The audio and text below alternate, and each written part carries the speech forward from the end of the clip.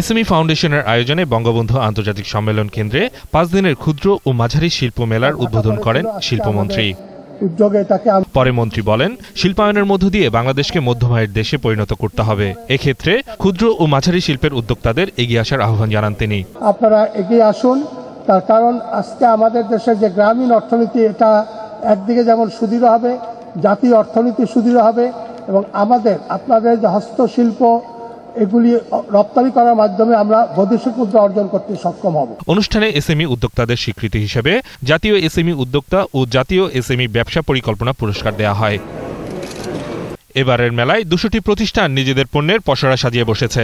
মেলায় স্টল রয়েছে 216টি। বেশিরভাগ স্টলেই পাট পণ্য।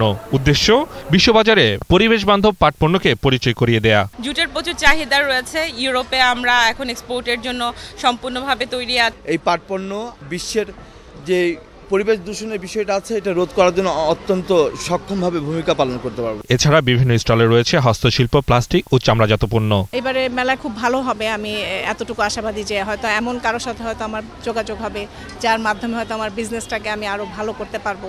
স্টল ফিটাও কম, আমরা স্বাচ্ছন্দ্যে মেলাটা করতে পারি। পুঁতি দিয়ে এই কাজগুলি এইবারই প্রথম উঠানো।